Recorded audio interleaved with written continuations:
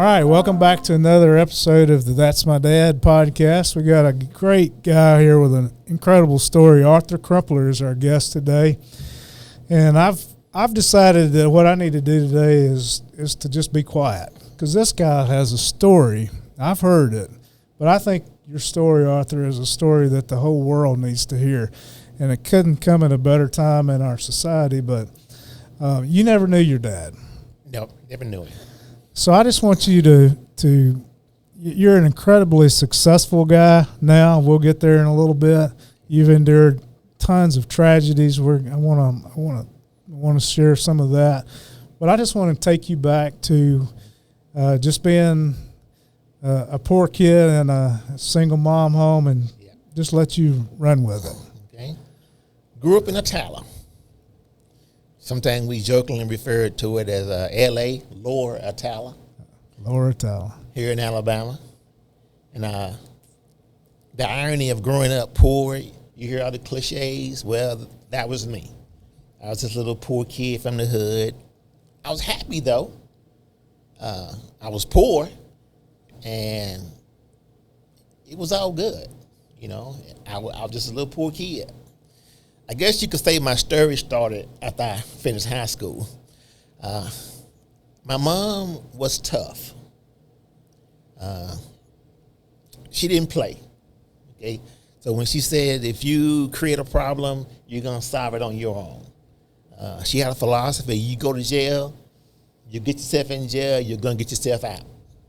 She would say, you make a baby, you go take care of it. And Mom was the type lady that she didn't say things just to be saying it. You knew that if she said it, it was going to happen. And that shaped me, okay? My mom was both my mom and my dad, and she worked very hard. Grew up toward the end of segregation, and my mom was a domestic. She cleaned houses, and she would come home just dog tired. Just on the feet all day long, cleaning.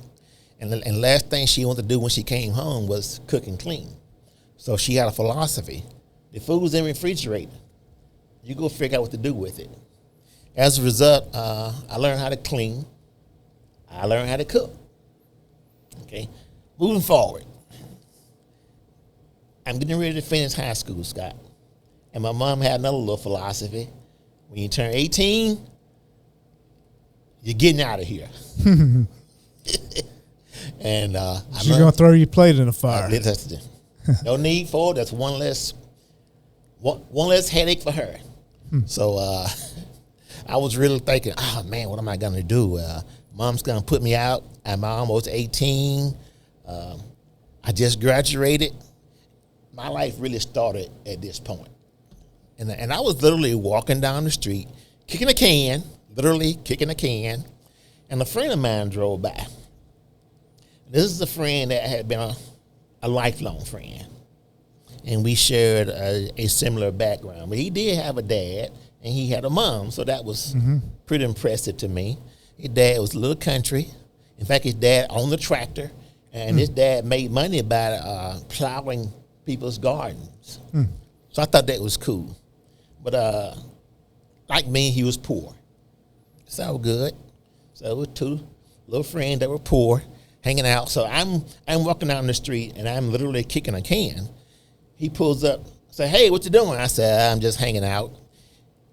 And at that point, I was really worried about what am I going to do because I'm almost 18.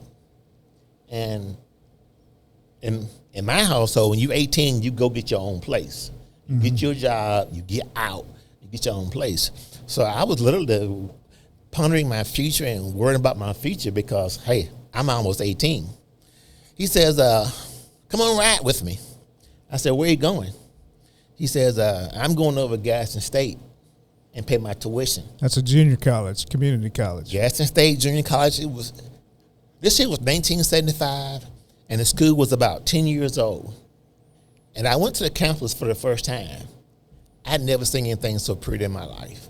The grass was green, the building nice and clean, the windows, just spotless, and none of them broken out, knocked out. It didn't look like home? Oh no, it was just a beautiful campus. So, but still, in my mind, I was thinking that he was going to apply for a janitor's job, or he was going to apply for a summer grass cutting position. We go inside, we go upstairs, we go to the business office, and he pays his tuition. My head just exploded. I'm like, how you get money to go to college? Because I know you're as poor as me, and I don't have any money to go to college. So how did you get money? He's like, man, I got a Pell Grant. I said, what's a Pell Grant? You didn't know what a Pell Grant was? I didn't know what a Pell Grant was. I remember it sounded kind of familiar. He said, dog, dude, there's signs all over the hallway in the school. I said, yeah, I do remember something about saying something about a Pell Grant, but I didn't know what it was. He said, come on, I'm going to take you to the financial aid office, and this guy will explain to you what a Pell Grant is, and you may get lucky and get one too. So that day when I found myself in the financial aid office, I knew all my mom's numbers. I knew what her income was for the year. I knew what taxes she was going to get back, because she always shared that with us. That was one of her, I guess, lifetime skills. Had you ever thought about going to college? No thought. Oh, because you just couldn't afford it. So you didn't think there was a way. It wasn't something that in my mind, it wasn't something that someone in my socioeconomic background would think about. So you're filling out a financial aid package. Don't really even know what you're doing. No. I'm thinking, well, this may help get me in college. And I wasn't sure what that meant. It was just the opportunity to fill this paper out, and someone may pay you to study. That sounds interesting. I also was trying to avoid going to the chicken plant. To go to work at the chicken plant? So there weren't a whole lot of jobs around, I thought, for myself. And the chicken plant was one of them. And everybody that I knew worked at the chicken plant just complained about how hard it was. Yeah. So by filling out this grant application, and if I can get into college, then I haven't got to go to work at the chicken plant for a while. I fill the paperwork out, and the guy says, well, you qualify for a grant. He says, if all this checks out, and I was confident because I knew the numbers. Mom had always shared them with us, so I knew the numbers. He says, if all this checks out, you're going to get a grant. I'm like on cloud nine. Like, what did I just do? What does this mean? I'm going to college? He says, but. I said, uh-oh. He said, we got a problem. I got deflated for a moment. He says, tomorrow is the last day to pay tuition. So if you can't register and pay tuition by tomorrow, you can't start until like January. I was, I guess, deflated. I was a little bit sad. I was on cloud nine because, bam, I'm going to college. It's come out of nowhere. I'm going to college. And then the wind came out of my sail when he said, you got to have tuition tomorrow. So I says, okay. I go home. Mom gets home from work. And I said, Mom, you got a minute? Can I talk to you? She said, yes. So I tell Mom this story of going over to Gaston State Community College. And I tell her about being accepted in college and about getting a grant. I explained to her what a grant was. And I gotten a grant. And I said, the bad news is the grant won't be here for about 6 weeks. And tomorrow is the last day to pay tuition. Well, she stunned me. Okay, she stunned me. She said, well, she says, I'll get off work tomorrow early, and we'll go to the exchange bank, and we'll borrow the money. I was just speechless. Go to exchange bank. Mom borrows the money for a whopping $450. And believe me, that was a lot of money. So when she borrowed that $450, I ran over Gaston State, paid my tuition, and the rest is history. It literally that literally changed my life. It literally set my life in motion. Mm-hmm.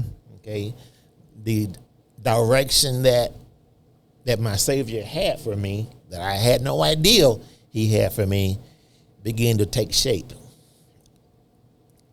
I lived in Atala. Gaston was like 5 miles, 4 miles. When I got my grant, I got enough money to live in the dorm. I'm only 5 miles from Atala, but I had money to live in the dorm. Scott, it was on. You hit the big time. That's a big building. Time. I had an air-conditioned dorm room. I had a meal ticket with 3 meals a day. Life was good. And in order to keep it, Scott, all I had to do was study. I'm like, man, life is good. Okay, and I grew up very poor, no air conditioning. I mean, it's a fan in the window. If it's 80 outside, it's 80 inside. Except the heat is just moving. So air conditioning was a big deal, and then 3 meals a day was a big deal. So I thought I'd die and gone to heaven, Scott, and my life began to change immediately. So I want to go back. The only thing you knew was to not have a dad at home. Yeah. So it's hard for you to know when you don't grow up with a dad. Isn't it hard for you to know what it's like? What was going through your mind? What did you think it would be like to have a dad? Did you ever think about that? Going through my mind was, I do not want to be like my dad. Every day, I would get out of bed saying, I do not want to be like my dad. I didn't know him. I knew nothing about him. What I did know was he wasn't in my life. So when I said to myself, I did not want to be like my dad, I was saying to myself, I want to be in my child's life. I want to be in my child's life. So at that point, that was my philosophy in life. I want to be in my child's life. I want to be a part of my child's life. So I set out on a quest. Even before I found myself in college, I was on a quest, and that quest was, what does it mean to be a good dad, and how can I become a good dad, and how can I make sure I'm not like my father? Do you recall, was that a conscious decision you made? Was there a certain time or place, or did you just wake up one day and think, it was a very conscious decision. Not knowing my dad was very painful. And every year when school started, it was time to fill the forms out. I put down mother and I leave father blank. That I hated when school started, because every year we're going to have those forms to fill out about your mother and your father. And every year my father space was left blank. So that shaped me a lot. It shaped me more than I realized it was shaping me, and it was motivating me. So I borrowed any mail I saw. I was looking at that mail to see what could I glean from that mail. If I saw him doing something positive, okay, a good dad washes his car. All right? A good dad keeps his yard clean. Check. A good dad pays his bill. Check. A good dad is at home. Check. A good dad keeps his home nice and well maintained. Check. A good dad stays out of jail. Check. So I borrowed characteristics from men that I saw in my neighborhood. So I didn't say this man was perfect, this man was perfect. It didn't matter to me if he was a bootlegger. And one that I knew, he was a bootlegger. I didn't like that characteristic, but he kept his yard clean. His house was always neat, and he taught me how to wash a car. Well, I washed his car, and he said, I want this clean, and I want that clean, and you scrub that. So I learned how to wash a car, So you took you looked around you and took the good pieces of everybody you saw. I wasn't looking for anybody perfect. I just wanted some good traits to be a good dad. What do you think made you function that way? I mean, you're apparently doing this as a kid, like a teenager. Pain. I as much success as I've experienced in life, I still have some childhood pain that came from not having my dad there. So pain drove me. The pain of not knowing my dad, the pain of growing up poor, motivated me. And when the opportunities came, it made me work harder. So, coming from a dad, maybe you can look over here and just address. Maybe there's a dad out there that's not a dad. Maybe he's fathered a child and he's abandoned them. Your dad abandoned you. Yes. Could you just speak to that guy and tell him what it feels like to be abandoned?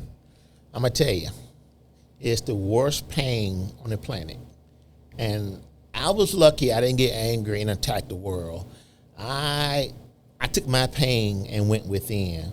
A lot of young boys take their anger and they attack people. I'm going to say this to your dad that's not there. You don't have to be perfect, okay? Just be there. You don't have to have a lot of money. You don't have to have any money. Just be there. It doesn't take a whole lot, I've learned, to be a good father. Number one, be there. Number two, be there. And last, be there. So in order to be a good dad, be there. You haven't got to be the most intelligent person on the planet. You haven't got to be the smartest person. You haven't got to be the most handsome, the most money. Just be there. And what do you say to the young man who's growing up like you grew up? Something happened inside of you at some point. How do you speak to that young man to say, don't get angry, don't get frustrated? Yeah, that's very good. That's very good. I decided that I wasn't going to get angry. I said that if I get angry, I might become that dad that's not going to be there. Getting angry increases your chances of getting in trouble and getting in prison. So if I get angry and get in jail, then I'll become my dad. The last 5 years of my retirement, not counting this year, I got a chance to really, really spend full time caring for my mom. I was really, really honored that while I spent my life preparing to be a good dad, it also helped me become a better son. Okay, my mom, I used to jokingly say to my wife that my mom is my kept woman. Okay, because I was able to provide a comfortable home for my mom, a comfortable life for my mom. She spent her whole life taking care of me. So I guess that her last 20 years of her life, I was really blessed to shower my mom with the love and compassion and caring. And that was a byproduct of trying to become a better dad. So by trying to become a better dad, it made me a better son. It made me a better husband. It gave me a better life. It's crazy. What? I'm trying to do things for other people, and it also rewarded me. That's a great, man, that's inspiring. That's inspiring. My hope is, Arthur, that there's many young men who are sitting where you were. Yeah. It's when you were 16, 18, yeah. And they'll say, there's hope. That's hope. There's hope. That's hope. You had a tragedy, unfortunately. I want you to talk about that if you can. I'm going to try to hang in there. COVID hit. And when it hit my family, it hit like a ton of bricks. My mom and both my wife's sisters got COVID the same time, the same day. My mom had her caregivers. She lived next door to you. She lived right next door to me. So myself and my siblings, we would go and care for mom every day. So when mom came home with COVID, well, guess what? All of her kids got COVID, including myself. My wife was caring for one of her sisters that was also going to dialysis. when she came home from dialysis with COVID. But guess what? My wife got COVID. Unfortunately, my wife and my mom didn't make it. They didn't make it. And right now I can calmly talk about it, but it was very difficult. It was very difficult. So you lost your mom and your wife and your sister-in-law? In a 4-week period, I lost my mom first, and a week later, my wife died. And before my wife died, one of my wife's sisters died.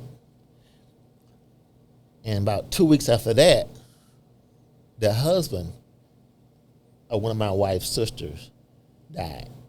And a few weeks after that, a nephew of one of my wife's sisters died. So we had 5 to die from COVID in like a 6 week period. You were actually having a memorial for one when the other died. Yes. Yeah. In fact, it was February was the first year anniversary, and it's been hard.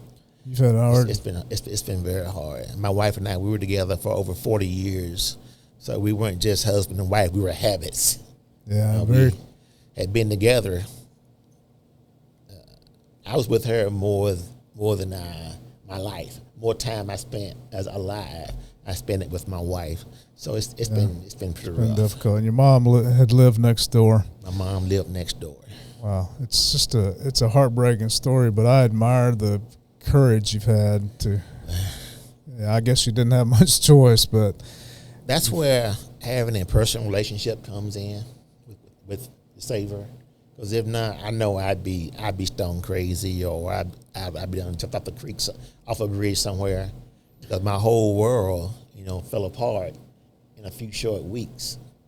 And like now, evening times are rough, but that was our quiet time together.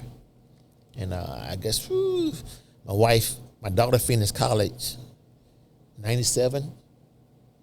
So we had a lot of empty nest time, which made us grow even closer. Because we had a lot of time to spend with just us in our golden years. So we grew even closer. And then all of a sudden now, the nest is really empty. Yeah. Okay? So it gets pretty rough. Wow. But having a Savior, that's probably the only reason why I can function. Well, Arthur, you're an inspiration to me.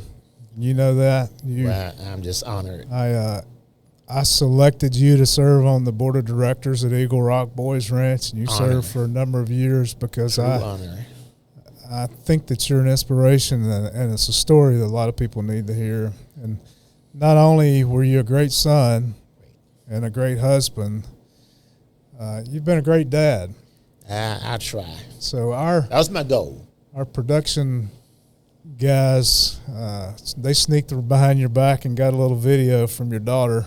Okay. And we'd just like to share that with you. Are we having any tissue? Okay. I have a huge appreciation for my dad. And the thing is, it's not really one of those things that's often said, but I try to show it, out of respect and things. He's always been a leader, for sure. He's always been a leader. He's never backed down from a challenge. If I have an issue, he's going to make a way to figure out how to solve said issue.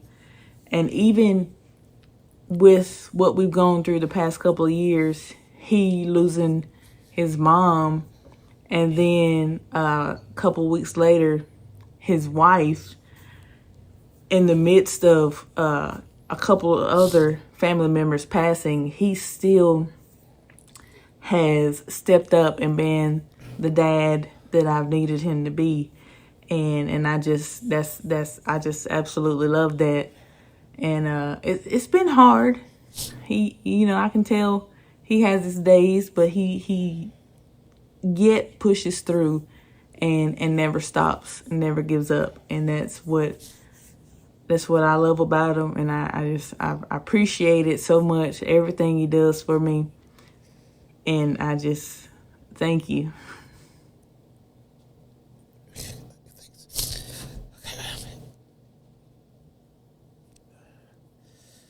That's my reason for being. That was my goal, to be a good dad. And I learned just be there.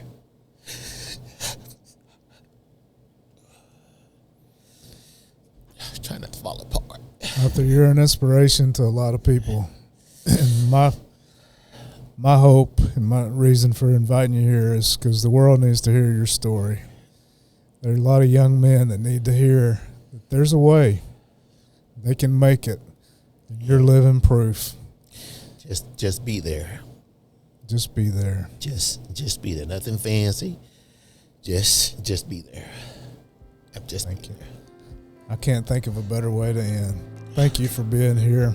You're an inspiration. That concludes this episode of the That's My Dad podcast. I hope you've been inspired. We're trying to inspire fathers to become great dads like Arthur and to break the cycles of generational fatherlessness. Thanks for joining us. We'll be back next week with another inspiring interview. See you.